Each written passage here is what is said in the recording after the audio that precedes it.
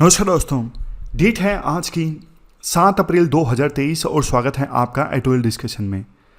3 issues आज हम discuss करेंगे। सबसे पहले तो देखो, हमारी जो फॉरेन ट्रेड पॉलिसी 2023 डिस्कस करनी बाकी थी, आज उसे हम कॉम्प्रिहेंसिवली डिस्कस करेंगे एग्जाम्पल्स के साथ। सारे पॉइंट्स हम कवर करेंगे।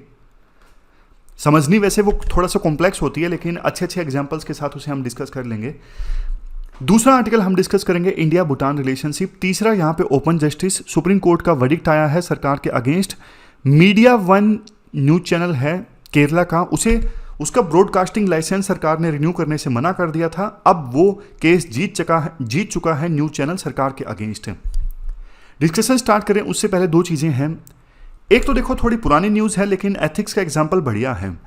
ड्राफ्ट डेटा प्रोटेक्शन बिल जो सरकार ने रिलीज किया था ना, उसमें ना सी, हर ये इस्तेमाल किए गए हैं। आमतौर पे ना ही, हिज, हिम ऐसे टर्म्स इस्तेमाल किए जाते थे पहले, बट पैट्रियार्की को चैलेंज करने का ये बढ़िया एग्जाम्पल है कि अब डॉक्यूमेंट्स में सी, हर ये वर्ड्स इस्तेमाल किए गए हैं। और देखो, आपको भी ऐसे में कुछ लिखना हो ना, तो आप सी, हर ये वर्ड्स इस्तेमाल करिएगा कुछ लाइन्स लिखने के लिए। इससे बढ़िया इंप्रेशन जाता है। और उसके बाद में 2021 में एक ना अभिषेक नाम का स्टूडेंट था, उसने सुसाइड कर लिया था और ये केस काफ़ी सुर्खियों में आया था। अब ना 30 हजारी कोर्ट में ना दिल्ली पुलिस ने क्लोजर रिपोर्ट फाइल की है। जो अभिषेक के पेरेंट्स थे, उन्होंने तो मकान मालिक, जहाँ पे किराए पे रहता था अभिषेक राजेंद्र नगर में, मकान मालिक पर और दोस्तों पर आरोप लगाया था कि उन्होंने मार दिया। बट अब दिल्ली पुलिस ने बताया है कि सुसाइड किया था अभिषेक ने, और सुसाइड करने से कुछ दिनों पहले तक बहुत सर्च किया था गूगल में टैटू वगैरह के बारे में, कि जो टैटू जिसके हाथ पे होता है वो आईपीएस नहीं बन सकता। देखो, रूल्स ये हैं, कोहनी से लेके हाथ तक अगर टैटू है ना, तो सर्विस ज्वाइन करने में दिक्कत आती है। और इसी बात का डर था अभिषेक को कि मैं आईपीएस नहीं बन पाऊंगा। उसने बहुत तैयारी की थी। बट देखो, टैटू तो आजकल आसानी से रिमूव हो जाता है लेजर की सहायता से। बहुत बड़ा इशू नहीं था, लेकिन कहीं ना कहीं इग्नोरेंस आ गई बीच में, जिस वजह से मतलब पुलिस के अनुसार उन्होंने ये स्टेप उठाया। तो अब चलिए डिस्कशन स्टार्ट करते हैं। फर्स्ट इंपॉर्टेंट आर्टिकल इंडिया की नई फॉरेन ट्रेड पॉलिसी से संबंधित है। आप जीएस पेपर 3 के इस टॉपिक से आर्टिकल को रिलेट कर सकते हो। क्या कंटेस्ट है? हाल ही में भारत सरकार के द्वारा फॉरेन ट्रेड पॉलिसी 2023 रिलीज की गई। यह अब लागू हो गई है 1 अप्रैल से।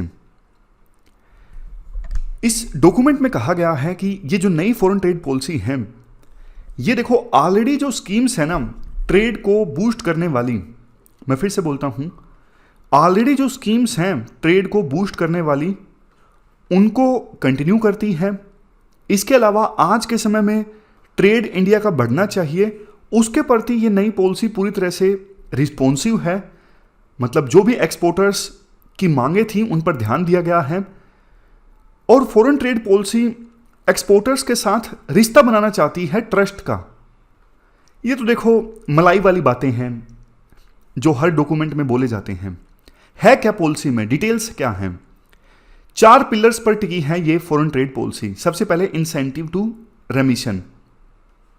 मैं आपसे एक क्वेश्चन पूछता हूं, इंसेंटिव और रेमिशन में क्या डिफरेंस है? एग्जांपल के साथ आपको बताता हूं। देखो, इंसेंटिव का मतलब जैसे हम ना किसी कैश ग्रांट कर रहे हैं। फॉर एग्जांपल, कोई कपड़ा मैन्युफैक्चर करने वाला कंपनी है, वो कपड़े को एक्सपोर्ट करता है, तो सरकार कहती है कि आप क्लोथ्स को एक्सपोर्ट करोगे ना, हम आपको इस पे कैश ग्रांट करेंगे। मतलब जितने का आप एक्सपोर्ट कर रहे हो उसका 5% हम आपको कैश ग्रांट करेंगे, जो आप अवेल कर सकते हो किसी ना किसी फॉर्म में। जैसे जितना टैक्स आपको पे करना है उसमें से आप छूट करवा सकते हो, इस टाइप में। लेकिन इसके विपरीत रेमिशन में क्या होता है, कैश ग्रांट नहीं करते। रेमिशन में इस प्रकार से चीज़ें होती हैं। मान लीजिए कोई लेदर जैकेट बनाने वाला मैन्युफैक्चरर है जो लेदर की जैकेट मैन्युफैक्चर करता है। अब ना वो लेदर मान लीजिए इंपोर्ट करता है ना, अब कायदे से लेदर इंपोर्ट करने पर इंपोर्ट ड्यूटी लगती है। लेकिन सरकार बोलती है आप अगर इंपोर्ट करके, रॉ मटेरियल को इंपोर्ट करके फर्दर वैल्यू प्रोसेसिंग कर रहे हो, लेदर की लेदर जैकेट बना रहे हो और फिर से लेदर जैकेट को एक्सपोर्ट कर रहे हो, तो जो लेदर आपने इंपोर्ट किया था ना, तो उस लेदर पे आपको इंपोर्ट ड्यूटी हम माफ कर देंगे, क्योंकि आपने लेदर इसलिए इंपोर्ट किया है कि आप लेदर की जैकेट बना के उसे एक्सपोर्ट कर सको। तो इसलिए लेदर को इंपोर्ट करने पर जो आपने ड्यूटी देनी पड़ी ना, वो हम माफ कर देंगे। ये होता है रेमिशन। अब देखो दिक्कत ये है, वैसे एक पॉइंट ये भी है, सरकार इंसेंटिव से रिमिशन की तरफ क्यों गई है। देखो पहले ना एक्सपोर्टर्स को सरकार इंसेंटिव देती थी, तो ये डब्ल्यूटीओ के रूल्स के अगेंस्ट था। डब्ल्यूटीओ ने एक इंडिया की स्कीम को स्ट्राइक डाउन भी कर दिया था। मैं उस स्कीम का नाम भी आपको बता देता हूं, merchandise export from India scheme, यानी MEIS स्कीम। इसको ना डब्ल्यूटीओ ने स्ट्राइक डाउन कर दिया था। डब्ल्यूटीओ ने कहा था कि ये रूल्स के अगेंस्ट है, क्योंकि इसमें भारत सरकार इंसेंटिव दे रही है एक्सपोर्टर्स को। तो सरकार ने अब बोला कि हम इंसेंटिव देने के बजाय रिमिशन देंगे। अब समझ गए, फिर से आता हूं। यह पहला पॉइंट है, इंसेंटिव टू रिमिशन। दूसरा, एक्सपोर्ट प्रमोशन थ्रू कोलैबोरेशन। सरकार कहती है एक्सपोर्ट को प्रमोट करेंगे कोलैबोरेशन करवा के। कोलैबोरेशन होगी किस किस के बीच में, एक्सपोर्टर और स्टेट्स के बीच में। स्टेट गवर्नमेंट्स भी रोल प्ले करेंगी एक्सपोर्ट में, डिस्ट्रिक्ट्स के बीच में, और इंडियन मिशंस जो है ना, जैसे भारत की एम्बेसी है यूएस में, यूके में, वो भी कोलैबोरेट करेंगे एक्सपोर्टर्स के साथ। वो एक्सपोर्टर्स को बताएंगे कि भैया यहाँ पे ये चीज़ एक्सपोर्ट करिए, इसकी बहुत डिमांड है। नेक्स्ट है ease of doing business, reduction in transaction cost. Transaction cost का क्या मतलब होता है? देखो जब एक एक्सपोर्टर कोई चीज़ एक्सपोर्ट करता है ना, उसको अनेकों तरह के खर्चे उठाने पड़ते हैं। जैसे सामान को भेजने पे जो कॉस्ट आती है, ट्रांसपोर्टेशन कॉस्ट हो गई, इंश्योरेंस करवाना पड़ता है कंसाइनमेंट का, इंश्योरेंस कॉस्ट होगी। अब पूरी कागजात पूरे करवाने पड़ते हैं, परमिशन वगैरह लेनी पड़ती है, उस पर भी कई बार कॉस्ट आती है, ब्रोकर को देने पड़ते हैं पैसे, वो भी एक कॉस्ट है। तो ये सारी कॉस्ट ना ट्रांजैक्शन कॉस्ट है। सरकार कहती है हम इस प्रकार की ट्रांजैक्शन कॉस्ट को कम से कम करेंगे। नेक्स्ट है इमर्जिंग एरियाज। ई कॉमर्स जैसे देखो इमर्जिंग एरिया है काफी बड़ा। अभी फ्लिपकार्ट, अमेजोन, इनके जो प्रोडक्ट है ना, मंत्रा, इनके ना सिर्फ इंडिया में बिकते हैं, बल्कि यहां से अब प्रोडक्ट दूसरे देशों में भी जाने लगे हैं। समझ गए? तो सरकार कहती है कि हम ये जो इमर्जिंग एरियाज हैं ना ई कॉमर्स वाले, इन पे भी फोकस करेंगे। अब चौथे पिलर में ही है स्कोमेट पॉलिसी। स्कोमेट पॉलिसी क्या है? स्कोमेट का मतलब है special chemicals, organisms, materials, equipments, technologies. देखो ये वो चीजें हैं जिनका ना ड्यूल यूज होता है। ड्यूल यूज मतलब सिविलियन पर्पज के लिए भी यूज होता है और मिलिट्री पर्पजेस के लिए भी इनका इस्तेमाल हो सकता है। तो इन सब चीजों का जो एक्सपोर्ट है ना, सरकार ज्यादा सख्ताई से रेगुलेट करती है। स्पेशल लाइसेंस लेने की आवश्यकता होती है एक्सपोर्टर को ये चीजें एक्सपोर्ट करने के लिए। सेंसिटिव चीजें हैं ये। बट एक्सपोर्टर का ये कहना है कि कई बार हम सिविलियन पर्पजेस के साथ इन सब चीजों को एक्सपोर्ट करते हैं ना, बहुत लंबा डिले हो जाता है, इसलिए हम भेज नहीं पाते। तो सरकार कहती है कि हमने ना स्कोमेट पॉलिसी को स्ट्रीमलाइन किया है इस फॉरेन ट्रेड पॉलिसी 2030 में। अब डिटेल से डिस्कस करते हैं। ये तो 4 पिलर्स की बात की जिन पे फॉरेन ट्रेड पॉलिसी आधारित है। Incentive to remission, export promotion through collaboration, ease of doing business और लास्ट में इमर्जिंग एरियाज जैसे ई कॉमर्स। याद हो गए आपको? अब बात करते हैं सैलिएंट फीचर्स क्या है फॉरेन ट्रेड पॉलिसी 2023 के। सबसे पहला, प्रोसेस री इंजीनियरिंग एंड ऑटोमेशन। सरकार कहती है कि पहले ना हम इंसेंटिव पे फोकस किया करते थे। कैश ग्रांट दे दिया एक्सपोर्टर को कि आप ज़्यादा एक्सपोर्ट कीजिए, हम आपको कैश ग्रांट देंगे अगर आप एक्सपोर्ट करते हो, तो लालच दे दिया। अब सरकार कहती है कि हम ना उस चीज़ से दूर जा रहे हैं। अब ना हम एक्सपोर्टर के लिए ना अच्छा इंफ्रास्ट्रक्चर देंगे, IT इंटरफेस देंगे, बढ़िया फी स्ट्रक्चर उनका आसान बना देंगे, जिससे कि ना उसका एक्सपोर्ट करना बहुत आसान हो जाए। हम चीज़ों को ना अब आसान बनाने पे फोकस करेंगे, बजाय उसको कोई इंसेंटिव दे, कैश ग्रांट करें। समझ गए?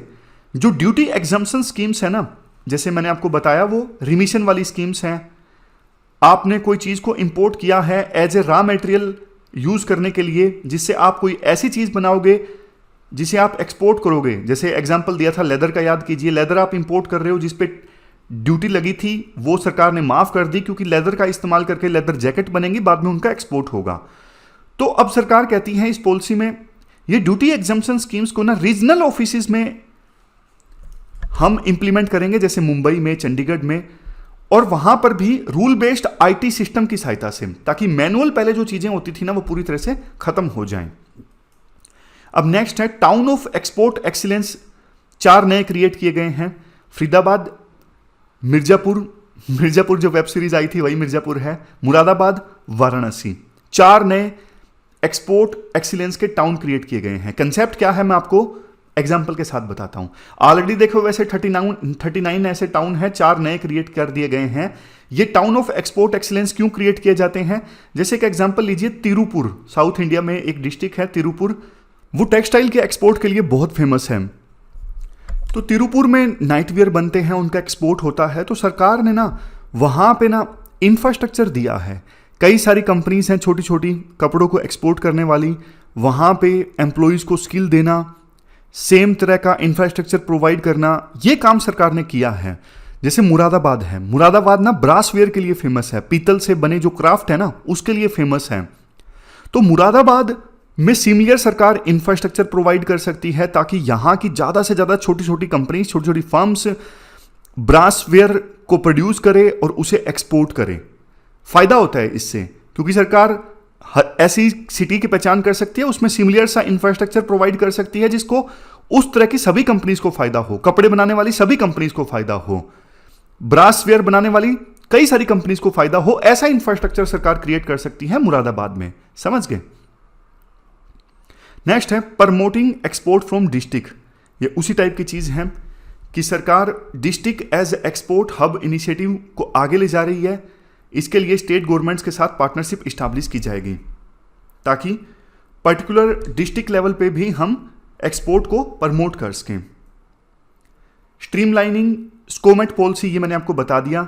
केमिकल, ऑर्गेनिज्म, मटेरियल, ये जो ड्यूल यूज वाली चीजें होती है ना, पहले इनको एक्सपोर्ट करना बहुत मुश्किल होता था। सरकार कहती है अब हम इसे थोड़ा स्ट्रीमलाइन करेंगे ताकि इन चीजों को एक्सपोर्ट करना आसान हो। Next, facilitating e commerce export. 2023 आते आते जो ई कॉमर्स एक्सपोर्ट है ना वो 200 से लेकर 300 बिलियन डॉलर्स तक पहुंच जाएगा। तो ये जो फॉरेन ट्रेड पॉलिसी 2023 है ना, बताती है क्या रोड मैप होना चाहिए ई कॉमर्स हब हमारे देश में इस्टेब्लिश करने के लिए, क्या हमारी इंटेंट है, वो सब बताया जाता है इस पॉलिसी में। इसके बाद नेक्स्ट है facilitation under advance authorisation scheme. Advance authorisation scheme वही है जो मैंने आपको बताया कि इंपोर्ट ड्यूटी माफ कर दी जाती है कुछ आइटम्स पे, ये सोच के कि जो चीज़ इंपोर्ट की गई है उसका इस्तेमाल किया जाएगा ऐसे प्रोडक्ट मैन्युफैक्चर करने के लिए जिनका बाद में एक्सपोर्ट होगा। समझ गए? तो सरकार कहती है अब हमने और आइटम्स को आइडेंटिफाई किया है इस स्कीम के अंतर्गत। नेक्स्ट है एमनेस्टी स्कीम। अब देखो ना, पहले सरकार काफ़ी सारी स्कीम्स चलाती थी, जैसे इतनी सारी स्कीम्स सरकार चलाती थी। सरकार कहती थी हम आपको इंसेंटिव देंगे, आपकी ड्यूटी माफ़ करेंगे, लेकिन बदले में आपको ना जितनी ड्यूटी आपकी माफ़ हुई है ना, फॉर एग्जांपल 10,000 रुपये का आपका इंपोर्ट ड्यूटी माफ़ हुई है, तो कम से कम ना 6 गुना 60,000 की वैल्यू का आपको एक्सपोर्ट करना पड़ेगा। ऐसी ऐसी स्कीम सरकार ने चला के रखी हैं। लेकिन ना अब कोई बंदा ना अपनी ड्यूटी तो माफ़ करवा देता है सरकार को प्रॉमिस करके कि मैं एक्सपोर्ट कर दूंगा 6 गुना। एग्जाम्पल मैं आपको दे रहा हूं, 10,000 की ड्यूटी मैंने माफ़ करवा ली है, रिमिशन हो गया है, अब 60,000 तक का एक्सपोर्ट मैं कर दूंगा। लेकिन बाद में उस पर्सन ने ना एक्सपोर्ट किया नहीं 60,000 का, तो उसकी ऑब्लिगेशन आ गई सरकार के पास में। आपने ड्यूटी तो माफ़ कर ली लेकिन आपने इतने का एक्सपोर्ट नहीं किया, तो मतलब आप ड्यूटी जो आपने माफ़ करवाई है वो अब हमें दो। सरकार कहती है कि हम ना एक एमनेस्टी स्कीम लेके आते हैं, हम माफ़ कर देंगे, मतलब जिसके एक्सपोर्ट ओब्लिगेशंस पेंडिंग है ना, जो नहीं कर पाया एक्सपोर्ट लेकिन ड्यूटी माफ़ करवा ली अपनी, उनको हम रिलीफ प्रोवाइड कर रहे हैं वन टाइम। कोई बात नहीं, आप नहीं करवा पाए, आगे चलते हैं। टैक्स जो डिस्प्यूट्स हैं हम आसान टर्म्स पे ऐसे एक्सपोर्टर्स के साथ में जल्दी से सेटल डाउन कर लेंगे। समझ गए? तो ये पॉइंट है, सारे मैं एग्जाम्पल्स के साथ आपको बता रहा हूं ताकि ना आसानी से समझ में आए। सिग्निफिकेंस क्या है इस फॉरेन ट्रेड पॉलिसी 2023 की? Shift from incentive to remission. पहले सरकार इंसेंटिव पे फोकस करती थी, अब रिमिशन पे, क्योंकि WTO का जजमेंट सरकार के खिलाफ आया था। नेक्स्ट, WTO के रूल्स के साथ कंप्लाई कर रही है ये जो फॉरेन ट्रेड पॉलिसी है। ई कॉमर्स एक्सपोर्ट को प्रमोट करने के लिए सरकार ने कंसाइनमेंट पे जो कैप होता था ना, जैसे देखो पहले ना कोई प्रोडक्ट एक्सपोर्ट करना है अमेजोन से इंडोनेशिया में या फिर सिंगापुर में, तो लिमिट होती है कि आप ये प्रोडक्ट है, फॉर एग्जांपल पेन है, सिर्फ 10 पेन एक कंसाइनमेंट में भेज सकते हो, इससे ज़्यादा नहीं। तो ये कंसाइनमेंट कैप जो है, कितने प्रोडक्ट कितनी कॉपीज आप एक्सपोर्ट कर सकते हो, वो सरकार ने इंक्रीज कर दी है। समझ गए? अब नेक्स्ट है MSME and towns of excellence. ये तो हमने डिस्कस कर लिया। सरकार एमएसएमईज के लिए ट्रांजैक्शन फीस कम करेगी, जैसे ट्रांसपोर्टेशन कॉस्ट, इंश्योरेंस, ये सब का खर्चा आता है वो सरकार कम करेगी, ताकि टाउन ऑफ एक्सीलेंस बढ़िया ढंग से क्रिएट किए जा सके। अब एक पॉइंट ये है, सरकार ने ना पोस्ट कोविड जो स्ट्रक्चरल चेंजेस आए हैं ना एक्सपोर्ट में, उसे इग्नोर कर दिया है। जैसे कोविड-19 की महामारी के बाद सप्लाई चेन्स डिसरप्ट हो गई, बहुत सारी देशों ने चाइना से इंपोर्ट करना बंद कर दिया, दूसरे देशों को वो कंसीडर करने लगे, जैसे वियतनाम को, इंडिया को। और कोविड के बाद लोगों ने, विभिन्न देशों ने डोमेस्टिक प्रोडक्शन पे ज़्यादा ध्यान देना स्टार्ट कर दिया, हेल्थ पे ज़्यादा ध्यान है। कोई चीज़ इंपोर्ट करते हैं तो देखते हैं क्या ये अनहेल्दी है क्या नहीं है। तो इन सब चेंजेस को इग्नोर करती है फॉरेन ट्रेड पॉलिसी 2023। समझ गए? एग्जाम्पल से अच्छे से समझ में आता है ना। अब इश्यूज क्या है नई फॉरेन ट्रेड पॉलिसी के साथ में? WTO के कंप्लायंस का इशू है, मतलब सरकार की तरफ से तो अब ये इशू नहीं है, क्योंकि नई जो फॉरेन ट्रेड पॉलिसी है हम WTO के रूल्स के अकॉर्डिंग लेके आए हैं। लेकिन WTO आगे जाके कोई ऑब्जेक्शन रेज कर दे तो पता नहीं। नेक्स्ट है इंप्लीमेंटेशन एंड कोऑर्डिनेशन। इस स्कीम की इंप्लीमेंटेशन के लिए ना अलग अलग डिपार्टमेंट्स और स्टेक होल्डर्स के बीच में ना कोऑर्डिनेशन चाहिए। समझ गए? जैसे देखो कॉमर्स मिनिस्ट्री और कस्टम डिपार्टमेंट के बीच में आपस में कोऑर्डिनेशन होना चाहिए, तभी तो वो रिमिशन वाली स्कीम्स हैं उनको ठीक से ढंग से इंप्लीमेंट किया जा सकता है। नेक्स्ट है इंफ्रास्ट्रक्चर एंड लॉजिस्टिक्स। इंडिया का इंफ्रास्ट्रक्चर और लॉजिस्टिक्स काफ़ी पुअर है, ट्रांजैक्शन कॉस्ट काफ़ी ज़्यादा है, डिलेज होते हैं बहुत ज़्यादा, पेरिशेबल आइटम्स जैसे वेजिटेबल, फ्रूट्स, ये तो ख़राब हो जाते हैं। ग्लोबल ट्रेड डायनामिक्स अब चेंज हो रहे हैं, जैसे US और चाइना के बीच में ट्रेड वार चला, तो इनको कंसिडर नहीं किया गया है फॉरेन ट्रेड पॉलिसी में। स्ट्रक्चरल चेंजेस जो हुए हैं ग्लोबल एक्सपोर्ट ऑर्डर में, जो मैंने अभी आपको बताएं, इनको कंसिडर करना चाहिए था। इंपोर्ट पे फोकस नहीं है, सारा कुछ एक्सपोर्ट पे फोकस है, लेकिन कुछ तो इंपोर्ट करेंगे ही ना, इंपोर्ट पे भी ध्यान देना चाहिए था फॉरेन ट्रेड पॉलिसी में। सर्विस एक्सपोर्ट पे कम ध्यान है, जैसे देखो सॉफ्टवेयर का एक्सपोर्ट करना है, कंसल्टेंसी है, बैंकिंग सर्विसेज का एक्सपोर्ट करना है, इन सब पे ध्यान नहीं दिया गया है। लास्ट में जो सजेशंस हैं वो तो सिंपल हैं। इंफ्रास्ट्रक्चर पे सरकार फोकस करे, जैसे इंडस्ट्रियल पार्क, कनेक्टिविटी, टेक्नोलॉजी को अपग्रेड करना, इन सब चीज़ों पे ध्यान दे।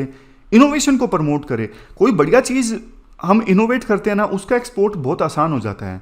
जैसे देखो टेस्ला कार है, बढ़िया इलोन मस्क ने प्रोडक्ट बनाया टेस्ला, अब इसका बहुत एक्सपोर्ट हो रहा है, चाइना में बहुत बिकती है। तो हमारे देश में ऐसे प्रोडक्ट बने जिनकी डिमांड वर्ल्ड में बहुत ज़्यादा हो। रेगुलर रिव्यू करने की आवश्यकता है फॉरेन ट्रेड पॉलिसी को, क्योंकि जो पॉलिसी है इसका इम्पैक्ट आने वाले समय में पता लगेगा। तो जैसे ही इम्पैक्ट सामने आए अलग अलग स्कीम्स का, तुरंत सरकार चेंज करने के लिए भी तैयार रहे रिव्यू करके। तो ये पूरा आर्टिकल हमने डिस्कस किया फॉरेन ट्रेड पॉलिसी से संबंधित। चलते हैं आगे। क्या कंटेक्स्ट है? कंटेक्स्ट देखो ये है, हाल ही में ना भूटान के PM की तरफ से एक स्टेटमेंट सामने आई कि डोकलाम को लेके जो विवाद है ना, उसमें चाइना का भी से होना चाहिए। मतलब इस प्रकार की उन्होंने स्टेटमेंट दी कि चाइना का से है। डोकलाम के पास जो ट्राई जंक्शन एरिया है, वहाँ पे जो बाउंड्री डिस्प्यूट है, इसको लेके इंडिया में कंसर्न्स आ गए। एकदम से भूटान के किंग की भारत यात्रा हुई।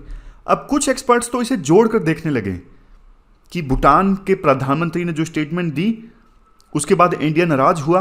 अब भूटान के राजा का इंडिया में आना हुआ इंडिया के कंसर्न्स को शांत करने के लिए।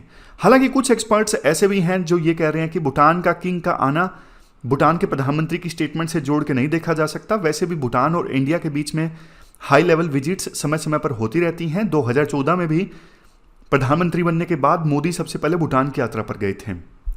समझ गए? अब ये आर्टिकल जो है ना, काइंड ऑफ इंटरव्यू है।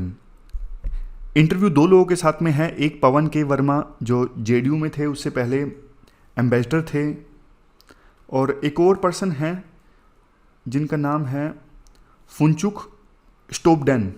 ये भी इंडियन डिप्लोमेट थे, अब रिटायर हो चुके हैं। इनकी एक्सपर्टीज़ हासिल हैं India's relation with China, India's relation with Tibet, Kyrgyzstan जैसे देशों में इंडिया की तरफ से ये एम्बेसडर रहे हैं। खैर, इंट्रोडक्शन यूपीएससी नहीं पूछेगी, मैंने आपको बता दिया ताकि पता लग जाए किन के व्यूज़ आप जानोगे इस आर्टिकल में।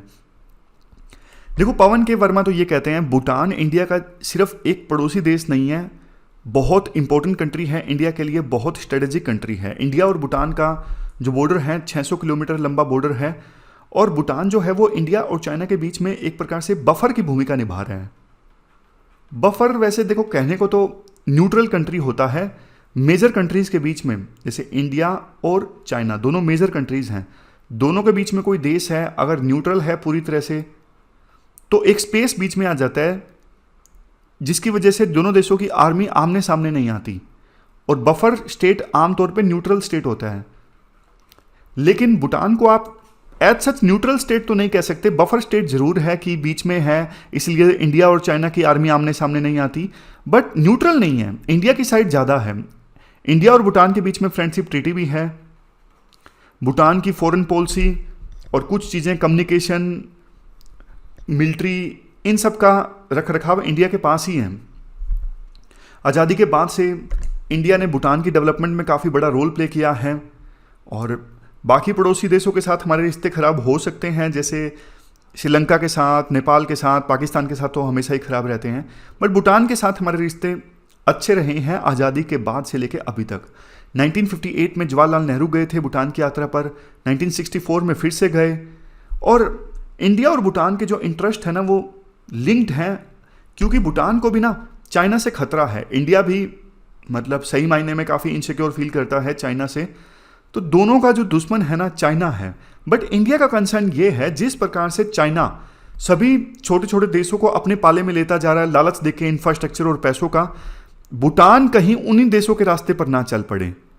भूटान सबसे ज़्यादा इंपोर्ट करता है इंडिया से, हाइड्रो इलेक्ट्रिसिटी का जो पोटेंशियल है, मतलब नदियों से पानी गिरता है, हाइड्रो इलेक्ट्रिक पावर जनरेट करने का जो पोटेंशियल है वो भूटान पूरी तरह से रियलाइज कर सके, इसलिए इंडिया भूटान को काफ़ी सपोर्ट करता है, और हाइड्रो पावर जब जनरेट होती है इंपोर्ट करने का एग्रीमेंट भी ज़्यादातर भूटान इंडिया के साथ ही साइन करता है, और भूटान के लिए हाइड्रो इलेक्ट्रिसिटी जो है one of the biggest revenue है।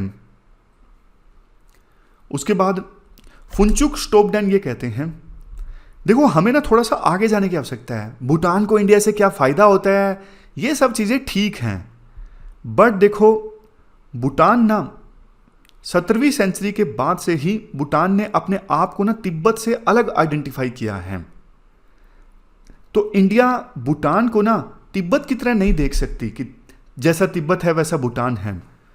भूटान पहले ना बुद्धिस्ट थियोक्रेसी था, बुद्धिस्ट थियोक्रेसी मतलब जो वहाँ पे बुद्धिस्ट लीडर्स थे ना उनके हाथ में पॉलिटिकल पावर भी थी, जो बुद्धिस्ट मोंग थे उनके पास में पॉलिटिकल पावर भी थी, लेकिन अब कॉन्स्टिट्यूशनल मोनार्की है भूटान, वहाँ पे किंग है, उनका रोल है, लेकिन इलेक्शन भी होते हैं, यानी वहाँ पे प्रधानमंत्री है। थियोक्रेसी अभी के समय वहाँ पे नहीं है। अब इसके बाद व्यू पॉइंट निकल के आता है, देखो पिछले 2 सालों से ना भूटान की चाइना से बातचीत चल रही है, लेकिन जिस प्रकार से भूटान चाइना के साथ बातचीत कर रहा है ना वो इंडिया के लिए काफ़ी इंपॉर्टेंट इशू है, क्योंकि ना विवाद डोकलाम को लेके है।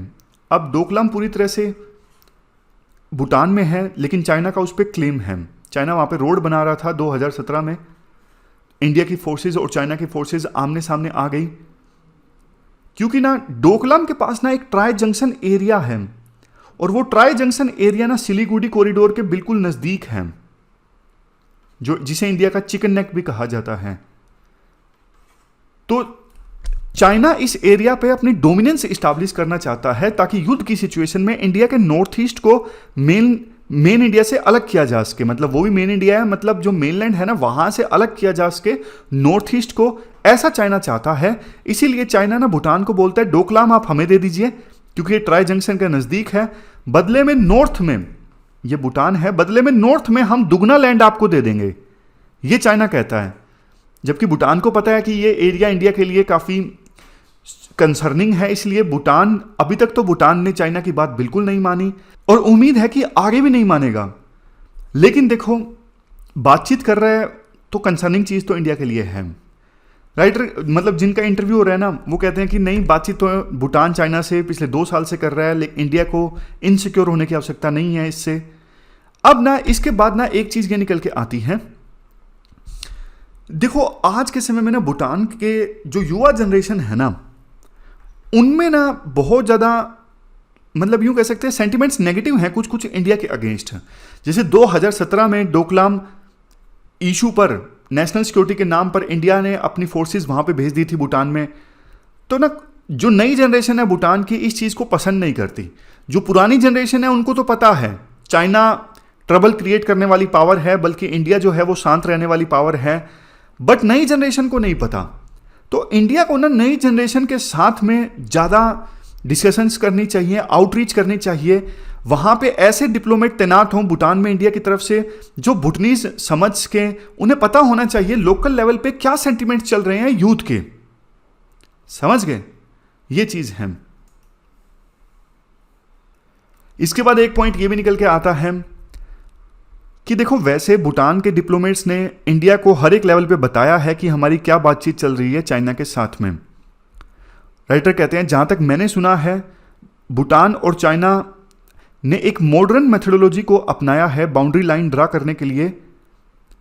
यहां पर देखिए मॉडर्न मेथोडोलॉजी वो यूज कर सकते हैं बाउंड्री लाइन्स ड्रा करने के लिए ग्राउंड पर, ना कि पीक टू पीक। जैसे माउंटेन्स होते हैं ना उसकी पीक टू पीक हम काउंट करते हैं, वो नहीं काउंट करेंगे, बाउंड्री लाइन्स ड्रा करेंगे मॉडर्न मेथोडोलॉजी के अनुसार। अब क्या है इसको लेके ज़्यादा क्लैरिटी नहीं है, आर्टिकल में दिया नहीं है, रिसर्च करने पर सामने आता नहीं है, वो इनकी बातचीत का हिस्सा है, पब्लिक डोमेन में नहीं है।